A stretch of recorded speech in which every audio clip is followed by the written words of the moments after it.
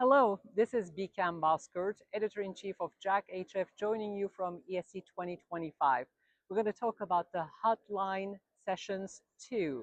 In this session, we had very much important heart failure trials. I'm going to start from the DAPA-ACT-HF, which was a study randomizing patients with acute heart failure to dapagliflozin SGLT2 inhibition versus placebo in hospitalized heart failure patients within a day to 14 days after admission after stabilization. The study didn't reach its primary endpoint of cardiovascular death and heart failure hospitalization, partially because it was underpowered for the primary endpoint, but with a meta-analysis incorporating former acute heart failure trials such as MPulse and Soloist, pretty much revalidated that as a whole, the SGLT2 inhibitor therapy is effective. And more importantly, it demonstrated safety, that initiation of these therapies after initial stabilization was safe in heart failure patients. Thus, it's not a practice-changing trial.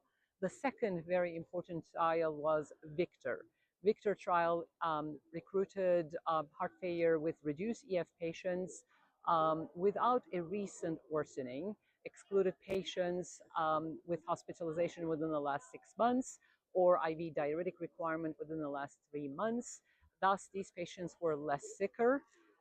Again, the primary endpoint was cardiovascular death and heart failure hospitalization, and Victor trial did not show any significant reduction in the combined endpoint, primary endpoint, but exploratory analysis demonstrated reduction in cardiovascular death, sudden cardiac death, but not heart failure hospitalization. So it was an intriguing study, further to be heard regarding the potential explanations of these findings. A meta-analysis incorporating Victoria, a former trial with vericiguat, compared, in addition to Victor, when combining these two trials. As a reminder, Victoria recruited patients which were sicker with recent hospitalization, and Victor was less sicker without recent hospitalization. Combined meta-analysis determined that in whole, there was evidence of the primary endpoint of cardiovascular death and heart failure hospitalization with vericiguat in patients with heart failure with reduced EF. We also heard about cardiac myosin inhibitors in the setting of hypertrophic cardiomyopathy.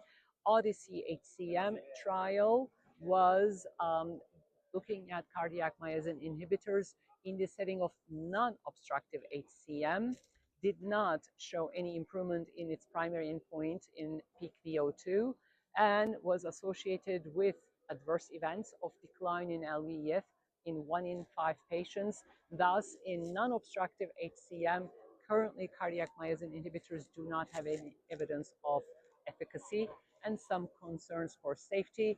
And finally, MAPLE HCM, which looked at the first-line therapy, either with beta blockade, metoprolol, versus cardiac myosin inhibitor, aficamten, demonstrated that compared to beta blockade as first line, cardiac myosin inhibitor as first line resulted in improvement in peak VO2, improvement in NYHA class, reduction in NT-proBNP levels, and improvement in LV outflow gradient, much better than beta blockade, potentially changing the paradigm in clinical practice for these agents, cardiac myosin inhibitors, to be first line rather than waiting for initiation after beta blockade.